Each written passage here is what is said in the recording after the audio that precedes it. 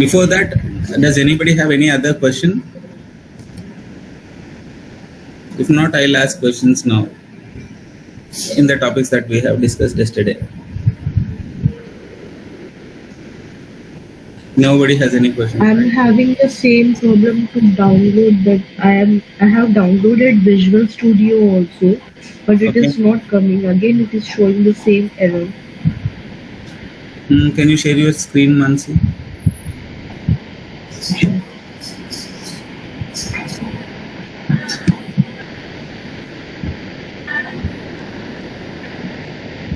We'll see that.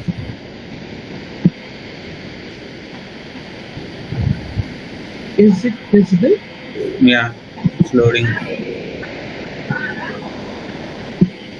Visual Studio you have already installed, right? So now go to your MySQL installation and click on it.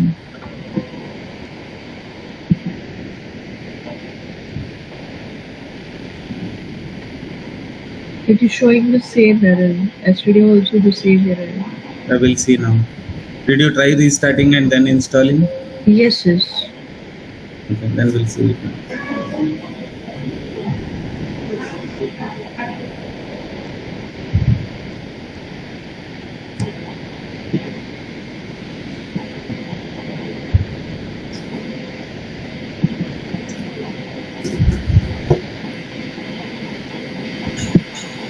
Select the MySQL one, Mansi. Sorry? Select MySQL 8.3 version is there, right? Windows X 64-bit. You double Yes, click yes. on that. Yeah, double click on it. Okay.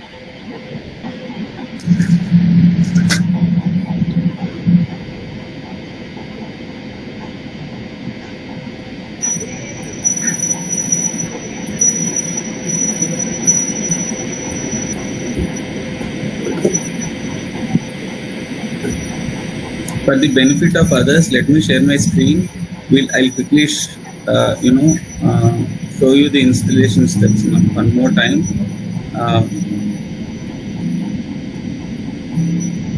You can see your screen.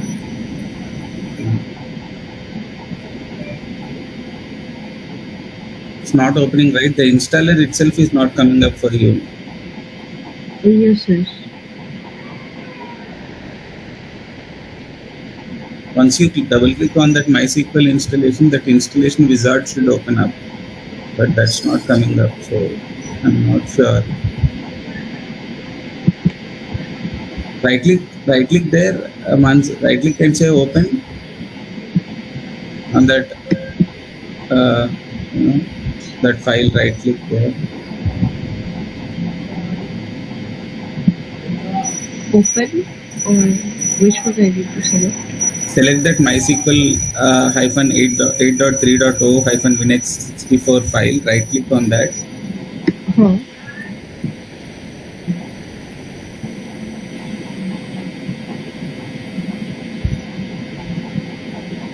Right, it is also not working, is it? Already I have that right. But it should give some options like open with property. Yes, yes. It is showing you. No, I can't see it. Does anybody else can see those things? Open with share, add to files. No, I can't see. they are not seeing. We can't see them. Click on open and then see what happens, Mansi.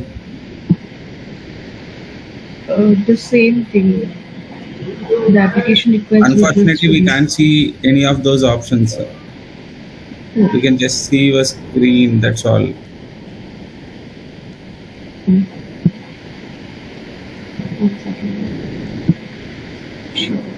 Okay, so for the benefit of others, without wasting much time, we'll proceed further. Tomorrow morning, we'll see this on one-on-one basis, Mansi. Is that okay?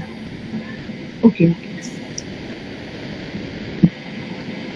Okay. So now we'll go to our actual class. So yesterday we have discussed about DDL commands, DML commands, and then what is a schema, what are tables, and all that, right?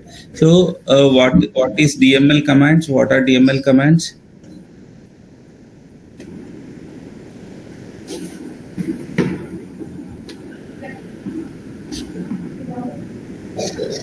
Any volunteers, or should I pick up the names? DDL commands to create tables and databases, and DML commands which Maybe Madhu. What are DML commands, Madhu? DML commands used for manipulation of the any operations done on the data. Those commands are used for those commands are called as DML commands, whereas DDL commands are just to create tables or create a database. It's called DDL. Correct.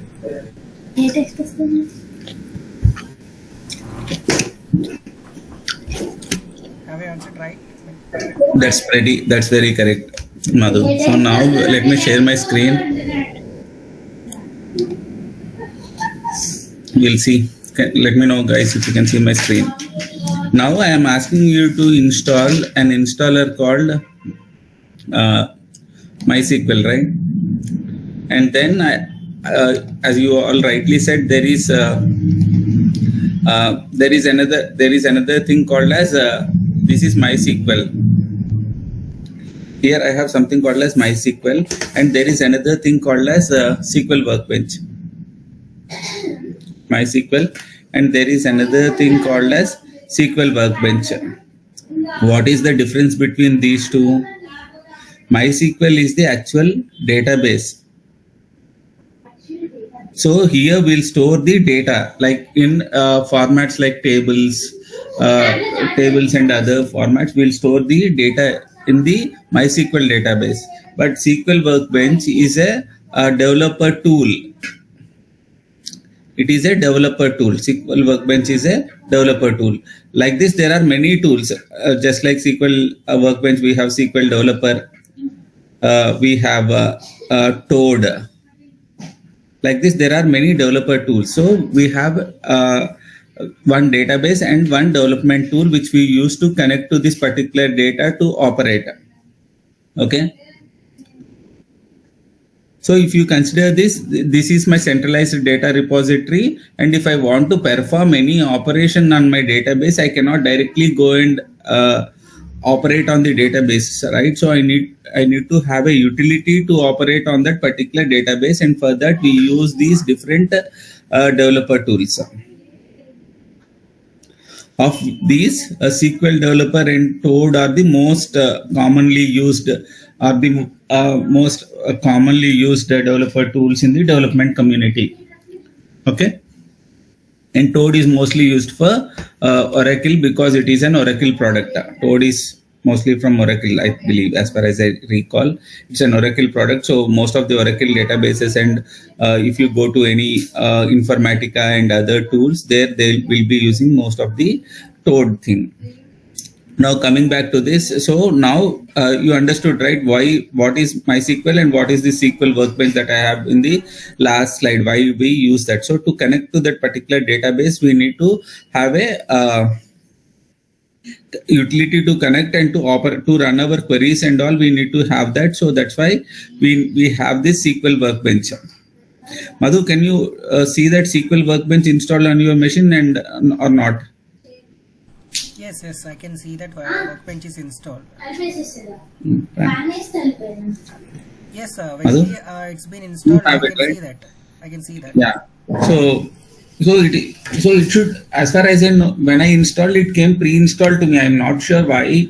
For some of you, it's not coming up, but we can definitely see that issue. So most of the time, it is pre-installed once you pre-installed. That's correct. Yeah. So now today we'll see what is the schema, how do we create tables and all that. Okay. Yesterday we talked mostly about the entity relationship diagrams. We call it as ER diagrams or ER entity relationships. There is a diagram format to represent those entities and relationships. Yesterday, if you remember, student has an address. Like that, we have has a and a is a relationship, and we'll generally denote it in the ER diagram notation for the in the design documents and all. But we'll not go that deep.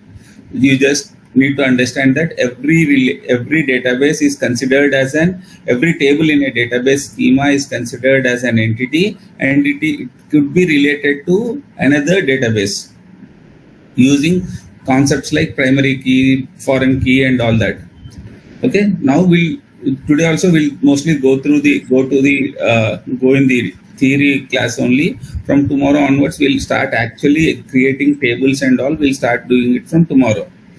Is that okay? Yes, Venki. Yeah. So, if you will see what actually is a database. Generally, database wherever you go, if you look at any design document and all, it will be represented in this kind of a cylindrical representation. Wherever you see this cylindrical representation in any design document, you can consider it to be a database. Okay, so every database can have one or more schemas. What is a schema? A schema is a collection of tables. So what do I mean by that one database can have, what do I mean when I say that one database can have one or more schemas? For example, if you look at we'll take a very basic example, right? Let's say, let's say if you are building any let's say a Google kind of applications. Google has Gmail, Google has Google Photos, and similarly it has some 100 products, right? Do you think all those will be stored in the same database, in the same schema? No, they will not store. Google Photos database would be different. Our Google Photos schema would be different from the Gmail's data schema. But there will be an interrelation between those two schemas, but the data that they store for Google Photos is entirely different from the data that they store for Google Mail. Is that clear? That logically makes sense, right? Every product will have its own database. They don't want to reuse the existing database because it will make things complex. Yeah, agreed. So one database can have multiple, depending on our requirement. We may be using only one schema, or you may be using multiple schemas. I'll take another example. Let's say you go to any bank, you open a savings account, right? Our savings account data will be stored in one schema, whereas if you have a current account with the same bank or having a home loan with the same bank, that will be stored in a different schema. And if you go to countries like Europe and all, there they have strict data privacy policies and all. If you have an account with the same bank with home loan and savings loan, the user, whoever the people in bank cannot see that, who are working on the banking side cannot see that you have a loan account. Though it's the same bank, how they are achieving it is they are achieving this by maintaining different schemas in the system. Is that example? Is that clear now? Why do we need schemas? Yeah. So schema has multiple one or more. Yeah, Venki, please go on. Sorry. Yeah. So schemas. So we have schemas, and in each schema we have one or more tables. So throughout our session, we'll plan to build. Our goal for this session is to design a database schema for a employment management, HR management system. What are my goals? I want to maintain my employee details. I want to maintain the reporting structure.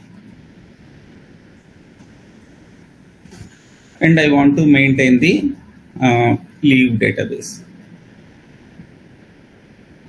So when for the next 3-4 days, whatever tables or the views or whatever we will create, our goal is to design it to serve these four or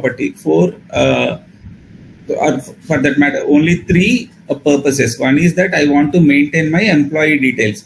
What do I mean by maintaining employee details? I want to store the employee ID, name, address, phone number, email ID.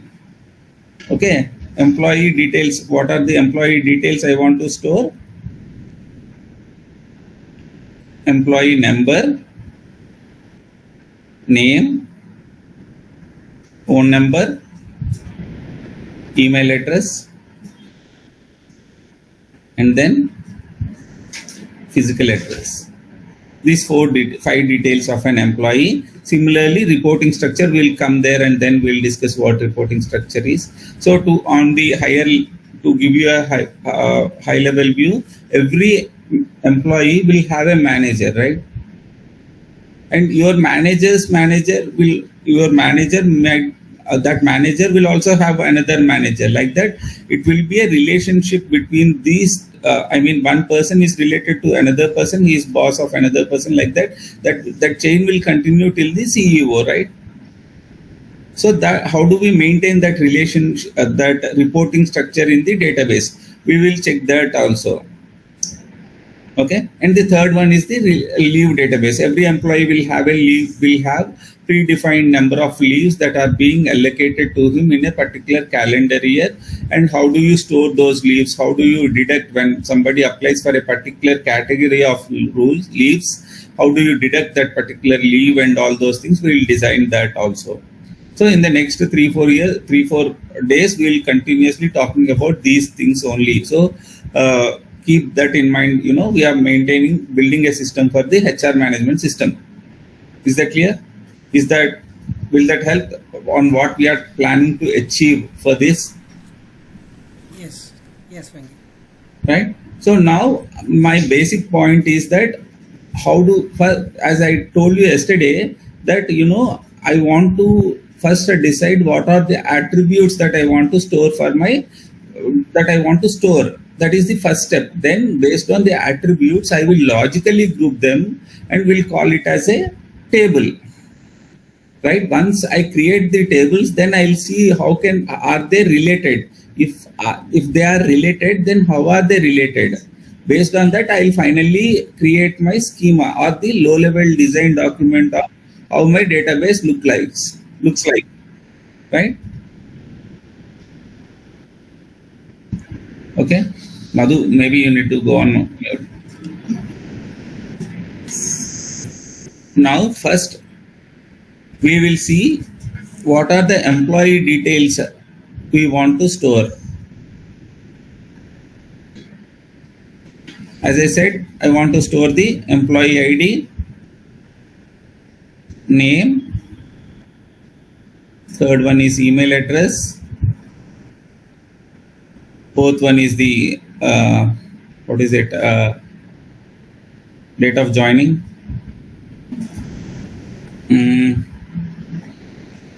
maybe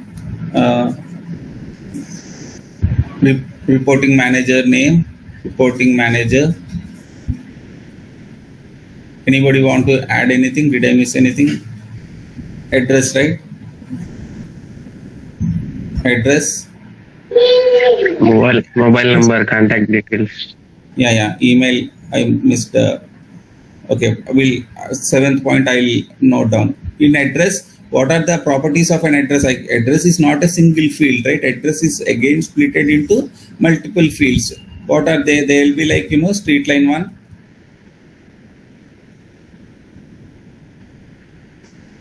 City, state, country, so on and so forth, country, postal code. Right? These will be my attributes in the address table.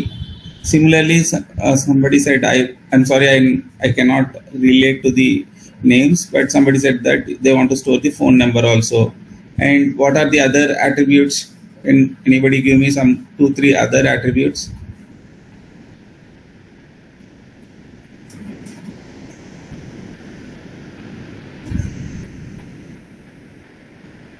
Yeah, team name.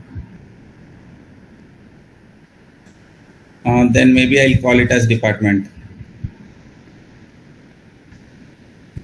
This is a good one. How do I identify a department? Every department should have a unique department ID and then a department name, right? Excuse me. Classroom. Just give me a second. Okay. Call on animal, yes. లేదు నేను మళ్ళీ చేస్తాను. So every department will have a department ID and a department name, right? Similarly, maybe a department head also. And what else? Banking information. Yeah, that's a good one. That's the most important thing, right? We need to store the we all want salary, so we need banking information. So if you want to store banking information, again you will need the IFSC code, account number. Anything else? Okay, now we'll go. What is the we thought of maintaining 3 details. One is employee details, the second one is the reporting structure, right? So reporting structure is also we have covered in point 5. We will maintain the reporting manager, and then the third one is the leave management system. So in leave management system, every employee will have 2 different. Will not get into detail, too much of details, but for our understanding, we will have the leaves, right? Type of leave, like whether it is a privileged leave or a sick leave or whatever it is, and the available leaves. Anything else?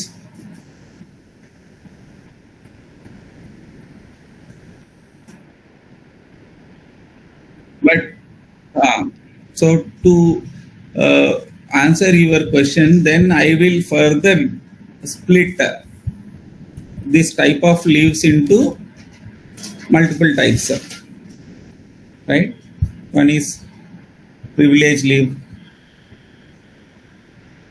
sick leave, then maybe paternity, maternity,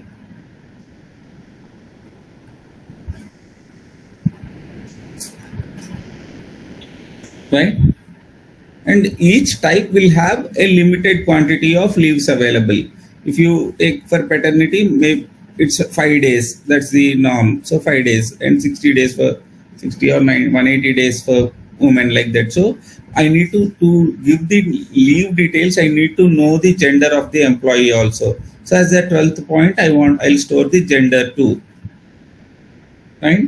But gender is only a fixed set. It's like, it will have male, female, and the third gender, right? This is the third gender. So this is a fixed list of values that we have for the gender attributes, right?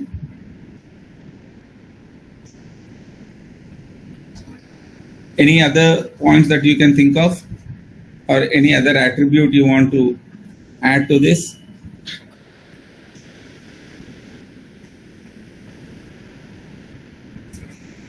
Now I think we are good, because we have solidly identified like 12 to 13 attributes, and we have further subdivided these composite attributes, that some composite attributes like gender, address, and we have further split down leave types also. We have further split down into the leave categories. Similarly, gender, we have split them into male, female, and the third gender. And similarly, address, we have split it into street line 1, street line 2, city, state, country, like that, right? This is the first phase of any database design. We'll first identify the attributes. Now I'll group the attributes, and then we'll split them into different tables. That's the next step. Okay. Now ideally what we are doing is that we have a project in place, and then we have a high level design, that we want to capture 3 things. We want to achieve 3 things from my project. One is the I want to store my employee details, I want to manage the leave system of the employees, and the what is the third one? Reporting structure. I want to store the reporting structure too. So these are the 3 objectives of my project. These are the 3 objectives of my project, and based on the objectives, I have identified the applicable attributes. So now we are slowly getting into the low level design of the database system. Okay. Is that clear till now? we will see understanding, creating writing a select query, create query, and all are the simple things. But how do we do this in general, and understanding that is more important, because I can teach queries and all in 1-2 days, you will be done. But you try to understand how we'll do this in the regular projects and all. Okay.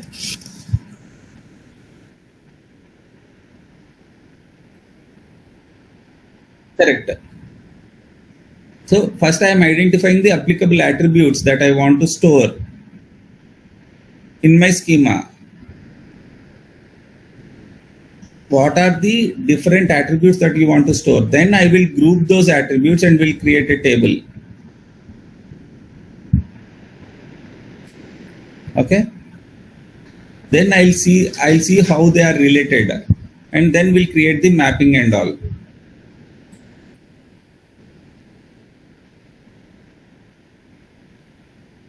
Now, how do we know what will be the columns of an employee table?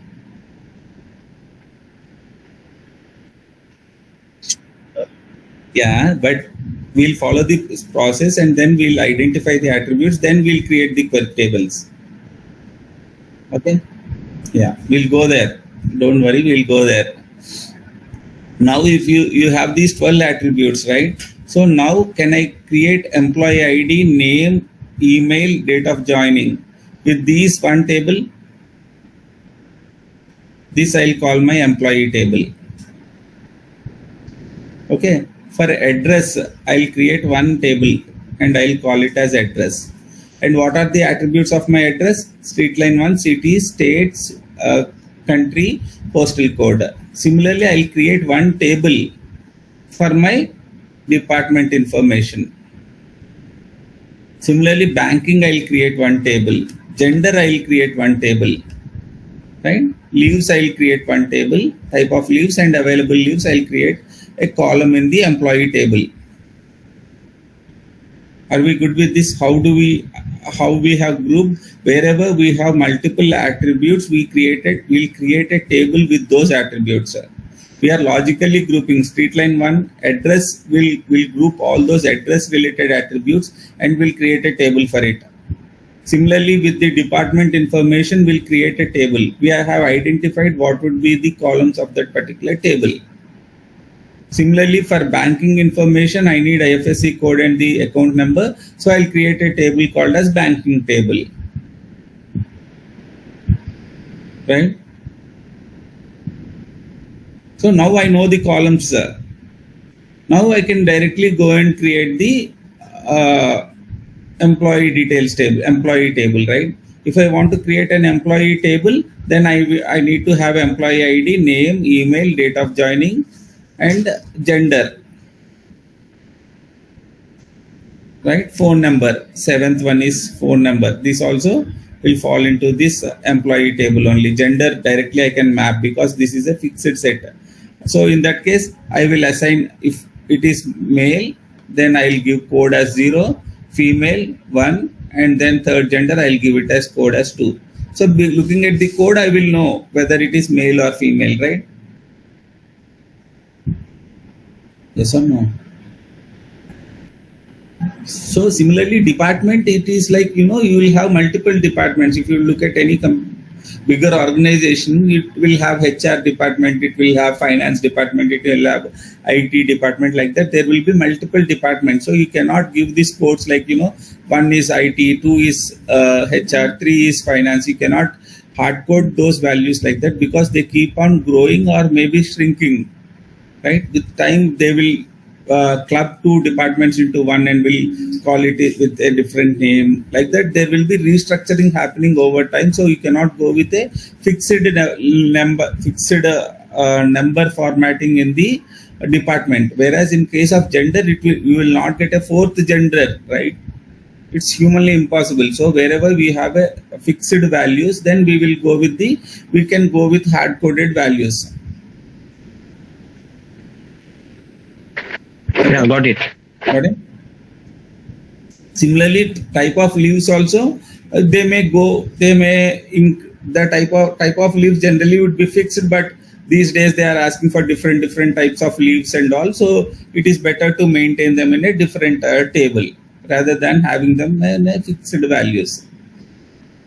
Relocation leave is there. Nowadays they are asking for relocation leaves. So these leaves are not a fixed set. So you cannot go with 0 for privileged leave, 2 for paternity, 3 for maternity, like that. You cannot go with fixed set of rules, so values. So we will maintain these details in a different table. Okay. Now if you look at, now as I said, the third step is to identify the unique identifiers, right? In the employee details, what would be my unique identifier?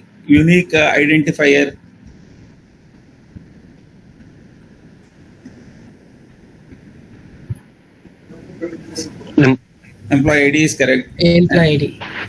One more Email thing. ID, employee email ID, mobile number. Correct. Employee email address can also be your unique ID. Similarly, phone Mobile number number. could also be phone number could also be your unique ID, right? Of these three available options, which one will you choose? That is your call. You can be choosing your employee ID, email address, or phone. That is your call. You can take any of these as your primary key. What is a primary key? It is the unique key which cannot have null in it. So you cannot have employee ID as null if you consider employee ID as the primary key. Similarly, if you take email address, no employee should have a blank email address. Like that. So primary key should always have a value and it should be unique. You cannot have the same email address for two individuals, two phone numbers. You cannot have them. So to be on the safer side, I will select the employee ID as the primary key because it is in my control. Okay. Of all these attributes available, the safer thing I'll see is that either email or the employee ID as the primary key, because I'll create them for the employees. Whereas phone number and all, I don't have control on them. Employees will come and give the phone number. I don't know whether somebody could be sharing the phone number also. So to be on the safer side, I will not go with phone number as the primary key. Instead, I will go with email address because I will create the email address for that particular employee. So I will either consider employee ID or the email address as the primary keys.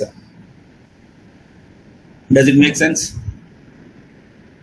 Now we'll come to the address part, which is little interesting. You will have street line 1, city, state, country, and postal code as the attributes. Of this, which is the unique key of these 5 attributes? And postal code cannot be unique, right? Because in that particular area, House number. Gachibowli. House number. If that is the case, if wife and husband are working for the same company, house number will also be same, flat number will be same, everything will be same. Name. No, how will I uniquely identify an address? With name, I guess, in this case. No, there is no unique identifier in this in this address attribute itself. In the address table, there is no unique identifier, because if two people are working, if two brothers or two sisters or brother and sister, wife and husband, if they are working for the same company, everything would be the same, right? The address, including house number, whatever it is, everything would be same. So I cannot take anything as an unique identifier there. You understood that, right? Yes, yes. In that case, I will create my unique identifier. I will call it as address ID.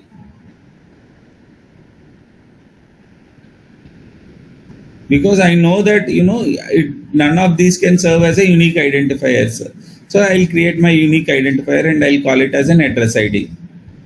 How will I create that? What values will I store in that? I will show you in the subsequent class. But as there is no unique identifier in this, I will create mine. Does it make sense?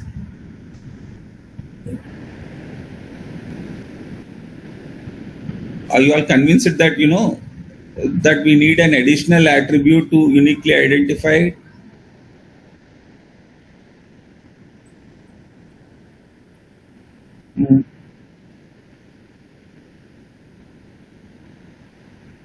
Correct. Correct.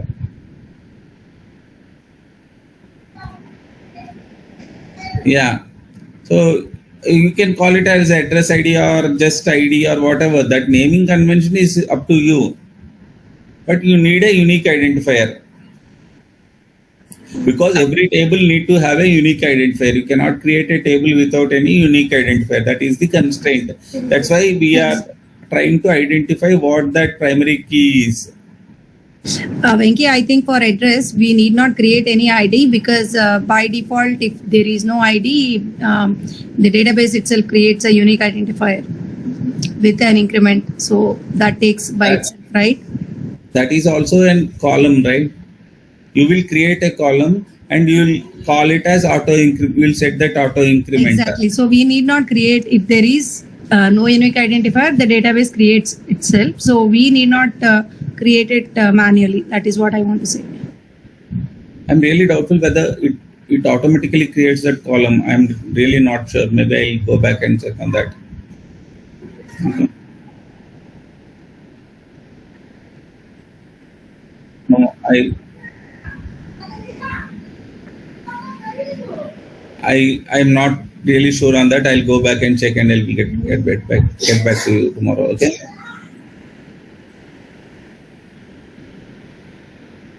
Oh, it will not. So there is a concept. We'll go there. There is a concept called as sequences. We'll create a sequence, and the sequence will automatically get incremented upon a new insertion. So I'll just check on that and I'll get back to you. For now, you take it that we'll create a unique identifier for every table. Okay, the database type part which it automatically creates, that I'll check and get back to you. Okay.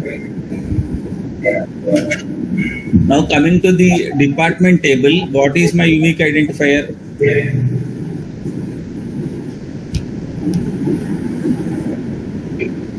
Department name or ID are the possible things.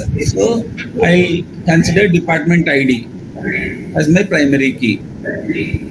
Similarly, in the banking and finance account numbers, what would be my IFSC code and account numbers? What would be my primary key? Account number.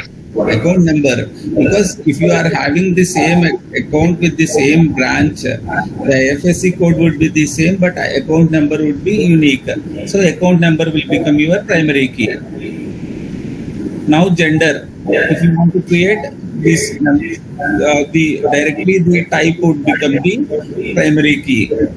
Type of leaves: privilege leave, sick leave, maternity leave, paternity leave, so on and so forth. There are 100 types of leaves. So, what is the identifier?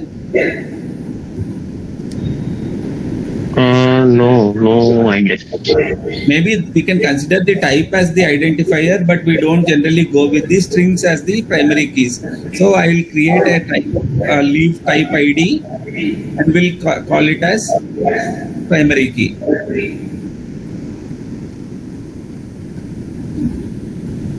Are you good till now? Leave types, generally the general notation that we follow is that we will not take the string columns.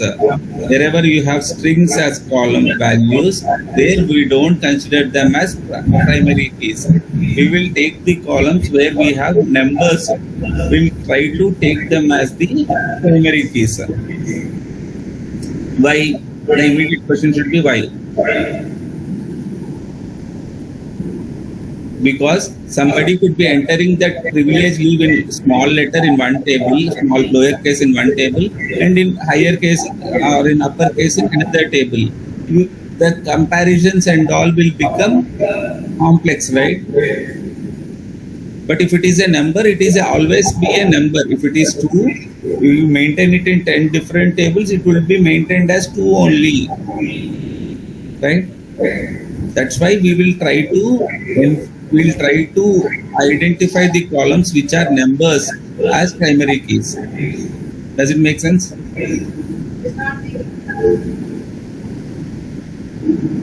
I'll take an example. Let's say my email address is abc@gmail.com, right? If you consider abc@gmail.com as the primary key, then what happens if I want to compare abc@gmail.com and abc@gmail.com and a small b capital C at gmail.com. Like this, there are n number of combinations that are possible, right?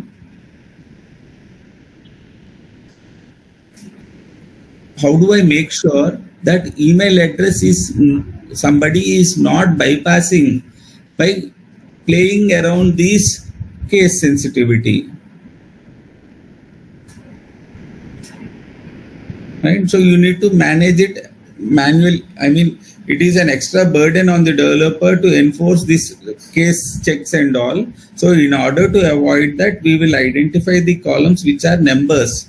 That's why when you talked about department ID and department name, I chose department ID as the primary key because you will have 0. Where if you want to if you want to insert a new row, you don't have a smaller case 0 or uppercase 0 or anything, right? A 0 is a 0, and whenever you are trying to insert, that constraint fails. Does it make sense? Or do you still have any questions? Why we don't select strings as the primary keys? Instead, we choose numbers. But I am not saying that this is a bad practice or anything. You can obviously select before inserting. We'll just make sure whether there is already a key present. If that key is present, we will not insert. Or while saving, always save in the lower case only. We have techniques for that, but generally people will avoid that and will try to use numbers as the primary keys.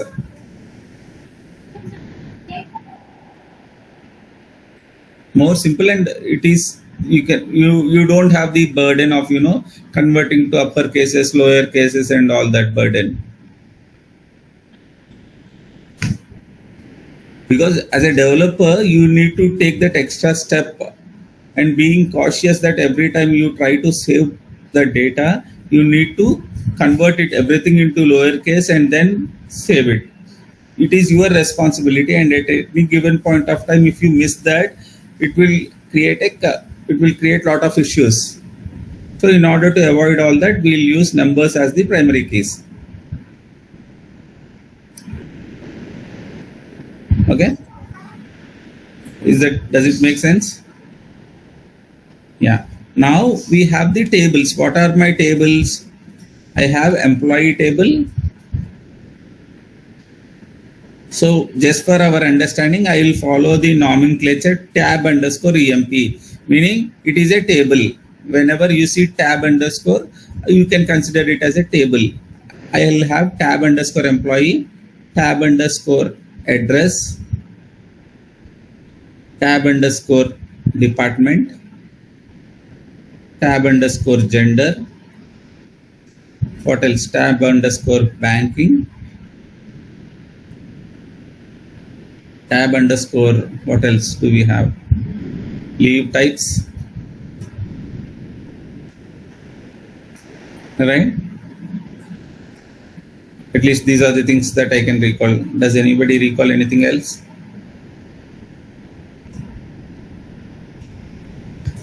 Let me go back and check them.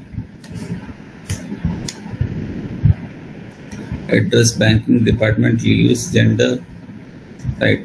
How many tables I got? Totally I got 6 tables, right? These are my 6 tables based on the requirement that I want to store the employee details. I want to store the reporting structure. I want to store the leave information. For that, I have basically I identified the attributes and grouped them logically, and my design says that I need to create 6 tables, right? Are we clear till now? Yes. Now I'll ask you a question. I have an employee. I am an employee and I have an address. So if you go back and see these tables, right? What employee, I have employed in my employee details table, I have employee ID, name, email, date of joining, reporting manager, phone number, so on and so forth. And in address table, I have street line 1, city, state, country, postal code, and address ID. Now, how do I know which address belongs to which employee?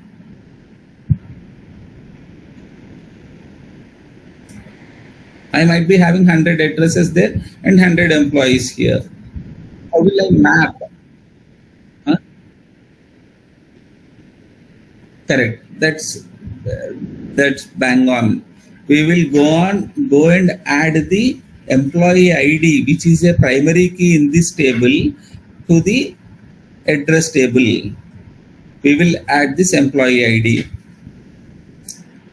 and we call it as a foreign key. A key which is a primary key in one table and is present in the other table. Then in that other table, in the second table, we call it as a foreign key. For example, in the employee table, employee ID is the primary key, and in address table, employee ID will become foreign key. Okay, why is it called foreign key? What is a foreign?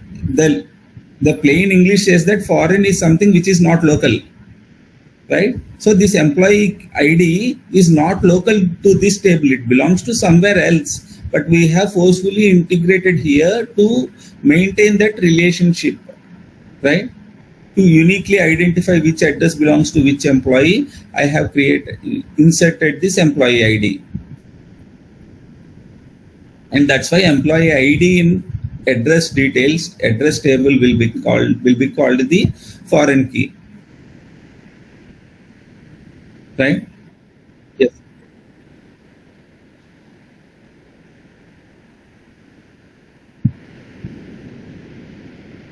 No, it will always be the foreign primary key of the other table only. Otherwise, what is the point of maintaining the same table, same column in two different? If I understand your question correctly, what if I have the phone number column in the address for argument's sake? Will not go whether it is makes sense logically or not. I am thinking that, what if I am adding phone number column here? Will it become foreign key? Right? Is that your question? I'm just trying to understand. Yeah, generally we don't insert like that, but wherever you can, foreign key by definition is that the primary key of one table will become the foreign key in the other table. That's the definition. Okay, so if you have phone number which is not unique or primary key of that table, you cannot call it as a foreign key. Make sense? Okay. Now comes the tricky part. Now you have address table. That's why you have simply inserted the employee ID here. Now I'll go back to my tables. Now I have employee and I think someone apart from Madhu should answer this. I have an employee and I have a department table. In my department table, I have department ID as the primary key and employee ID as the primary key in the employee table. Now, every employee is mapped to a department.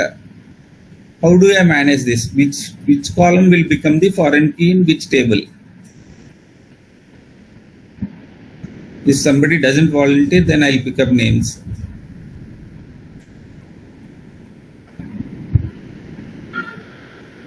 Did you guys understand the question? Every employee, I'll repeat the question again, then I'll pick up one name. So every employee will have an associated department. So I want to maintain this primary key foreign key relationship. Now, in which table will you go and insert the primary key, foreign key? Will you insert the department key in employee table or will you insert the employee ID in the department table? What is that you are trying? What is the approach that you take? Employee ID will be in department table. Okay, that is option 1. What is the option? Yeah. Point 2. Now we'll discuss the pros and cons of both of them, and you guys can tell me what is the best way. Okay. So every employee will have a department. Let's say one HR, and you are telling me that, I think it is Kartika, right, who answered that question? And employee, sorry, who is that? Who answered that? Employee has to be in department. Okay. Employee has to be in department. So what would be my department structure? I'll have ID, name, employee ID, right? Yes. So one IT and then employee ID 01. Similarly, one IT 02. One IT 03. If I follow this approach, this would be my date table structure, right? Conversely, if I take this the same approach of what Madhu suggested, I'll have 01 and say 1 IT. This is IT department ID, and 01 is the employee ID, and let's say email address and so on. So 02, 1, so on and so forth. 03, 2, so on and so forth. Which looks good. In a department table, I'll have 1 IT, 2 finance, 3 HR, like that. See the best approach now. Having department ID in the employee table is the best approach, right? Because you are not duplicating the data much, right? So as Madhu said, it is better to have the department ID in the employee table rather than having the employee ID in the department table. Why? Because you will be repeating the department information multiple times. Rather, you can create a lookup table kind of thing. Lookup table meaning only the metadata, what are the department types I'll maintain in the department information, department table, and I'll map the department IDs to the employee directly. Does it make sense? Yes, no? Yes. There.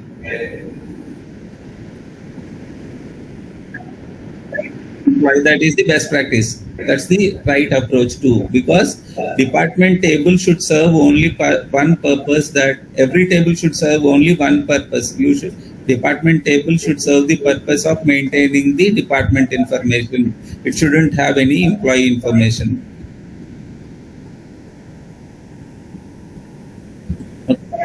Employee table should have only the employee information.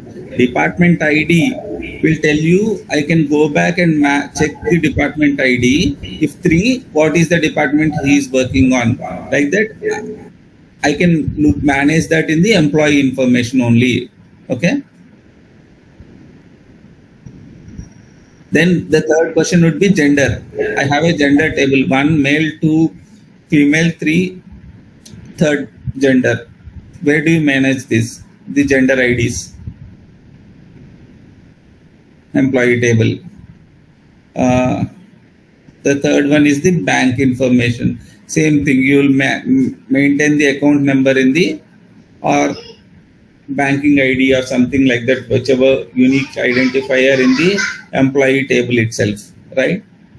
Leave type banking ID. So in the banking table, we don't have the banking ID column. We have account number only. So account number is unique, but I don't want to use the account number there. Instead, I'll create a unique identifier called banking ID and will insert that banking ID in the employee table.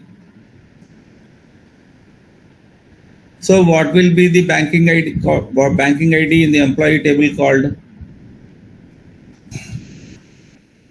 Gender ID in employee table is called as? foreign key. Employee ID in the employee table is called as. Can a foreign key be null? Right, because primary key cannot be negative. Primary key cannot be null.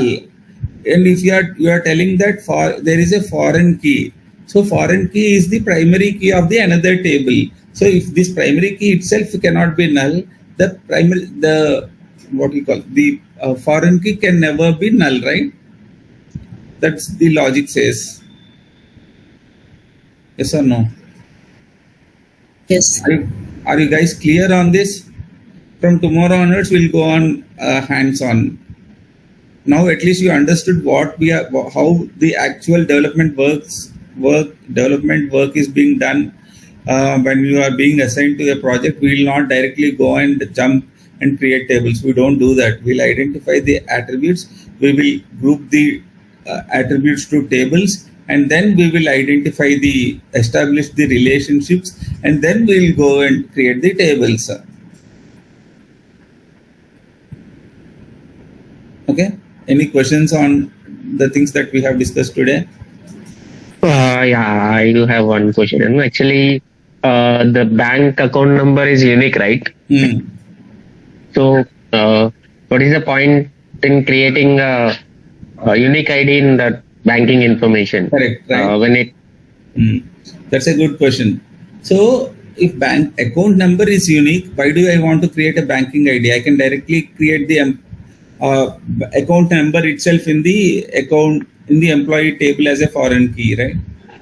Yeah, that's what my question. Yeah. Then what is that you are hiding, or what is the purpose? You are just storing IFSC code separately.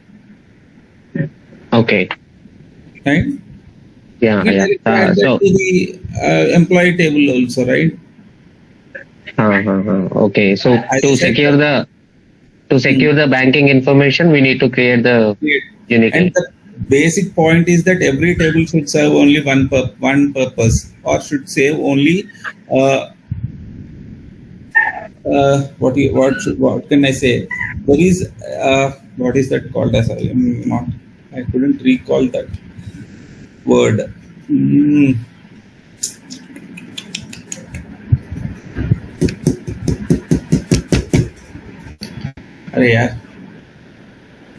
I cannot recall that actual wording, but I'll tell you, whenever you are trying to design a database system, your table should have minimal data.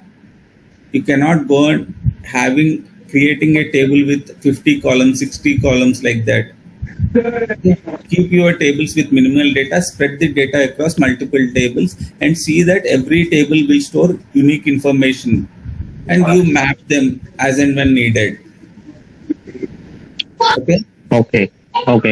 That is the basic point of designing a database table. There is a particular word for it, I couldn't recall, but I will definitely tell you tomorrow. Okay. Any other questions? So to answer your question, right, I can directly add that bank IFSC code and account number to my employee table also. It's a design call that I have taken, that I know, I'll separate the banking information. I'll store the banking information separately. It's my design decision. There is nothing like right or wrong. It is the decision that you take while you are designing your system. Okay.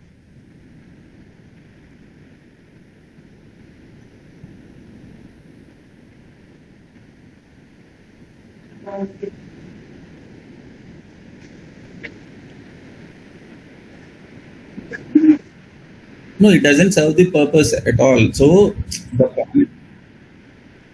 correct. So you are saying that directly add that account number to the employee table. Yeah. So in that case, my point is, what is the point of storing just the IFSC code in a different table? Are you getting my point? You are just storing, what is that you are storing extra in that table? IFSC code. Then in that case, if that is your want, then directly add that IFSC code and the account numbers to this table only. Don't maintain them separately. Correct, right? If every table should store particular data set only, address will store address only, banking table will store only banking information, gender table will store only gender information. Okay? Salary range, job bands table will store only job band information. Reporting table will have only the reporting structure. Yeah, got it. If we require some particular data from that particular table, we can go and check directly. Correct. Yeah. Any other questions?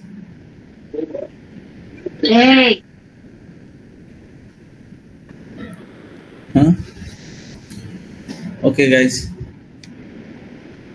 Sorry, mother. You said something. Okay. Yeah, even no from my end also.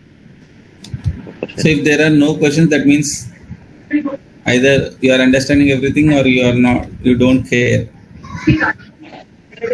Okay. So please ask questions. Yeah, that's good. Yeah, wherever we have the doubt, we are asking. So if we have anything, definitely we will ask. Sure, anytime. You can stop anytime in the class. You need not wait. As I said earlier, don't wait till the end of the call. Make the call interactive. And from tomorrow onwards, we'll have the hands-on. Okay. Okay. Thank you, guys. Thanks for your time.